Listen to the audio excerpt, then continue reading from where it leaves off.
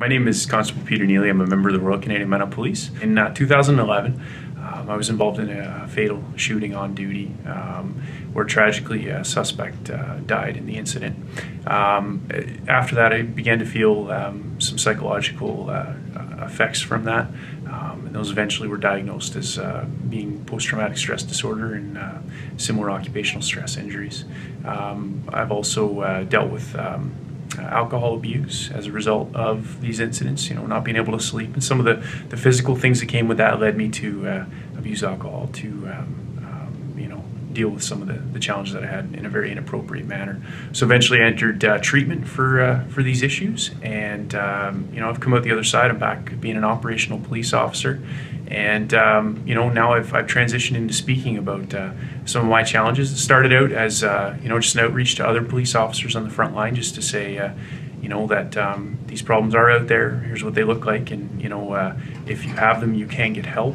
I was selected last year to be a face of mental illness with the Canadian Alliance of Mental Health, and I was quite honored to have been selected as one of the 5 Canadians in that campaign. I look at the announcement that was made today as from the perspective of a police officer. So there will be some training incorporated into the Red Cross's first aid program, so it'll be sort of a mental health component to that.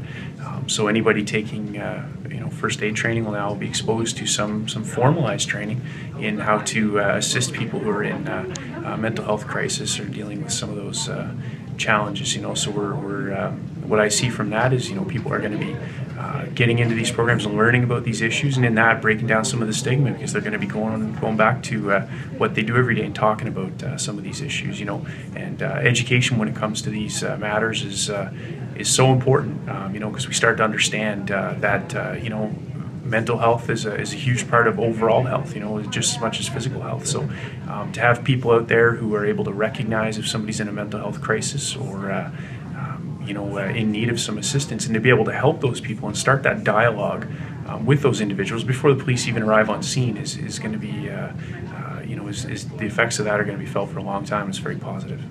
It's amazing to me, and I speak as a Canadian here, to see that corporations and non-governmental organizations and everybody working hard in the communities, volunteers, they all come together with this common goal of helping, so there's people in need of this everywhere, and to see people coming together like this, that really is the meaning of community to me, and it's inspiring is the best way I would describe it. If there is one thing I could share, it's to keep the conversation going, and get out there and learn about mental health and mental illness in your community, and start a positive dialogue with everyone.